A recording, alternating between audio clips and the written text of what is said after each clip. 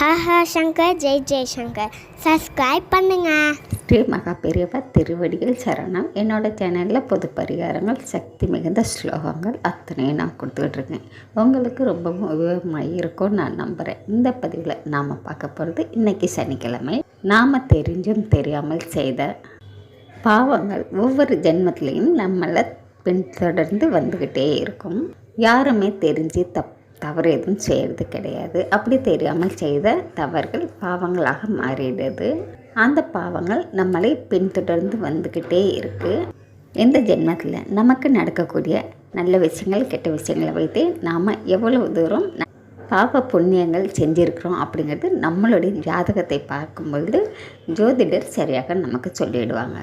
நம்மளுடைய வாழ்க்கையில் நடக்கக்கூடிய விஷயங்களை வைத்து நாமளே கூட கண்டுபிடிச்சிடலாங்க.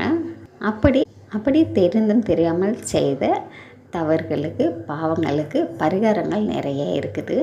அப்படி 7 தலைமுறைகளாக செய்த பாவங்களுக்கு உடனடியாக நாம் பரிகாரம் செய்யணும், நமக்கு உடனடியாக பலன் கிடைக்கணும். அப்படிங்கும்போது இந்த பதிவில் நான் கொடுத்துருக்குற அருமையான எளிமையான இந்த பரிகாரத்தையும் அது கூடவே கொடுத்துருக்கிற இந்த மந்திரத்தையும் நீங்கள் சொல்லும்போது கண்டிப்பாக உடனடி பலன் கொடுக்கக்கூடியதாக இருக்குங்க. அந்த வகையில் இப்போ நாம் பார்க்க போகிறது, பசுவுக்கு நாம் உணவு வாங்கி கொடுக்கணுங்க. பசுவுக்கு அகத்திக்கீரை, வாழைப்பழம் இந்த மாதிரி உணவுகள் வாங்கி கொடுக்கணும். பசுவை பார்த்தாலே கோடி புண்ணியம் அப்படின்னு சொல்லியிருக்காங்க. அது எல்லாருக்குமே தெரியும்.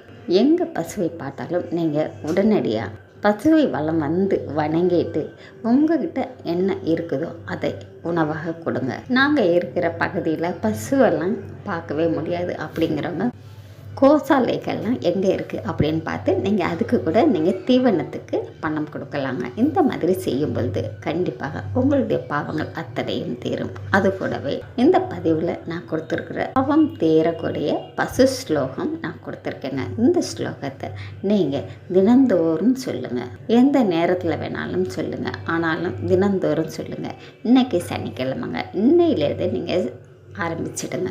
உங்களுடைய வீட்டில் காமதேனுடைய படம் இருந்தது அப்படின்னாக்கா அதுக்கிட்ட நீங்கள் நின்று கூட இந்த மந்திரத்தை சொல்லலாங்க. உங்கள் வீட்டில் இருக்கக்கூடிய அத்தனை பேருமே சொல்லுங்கள்.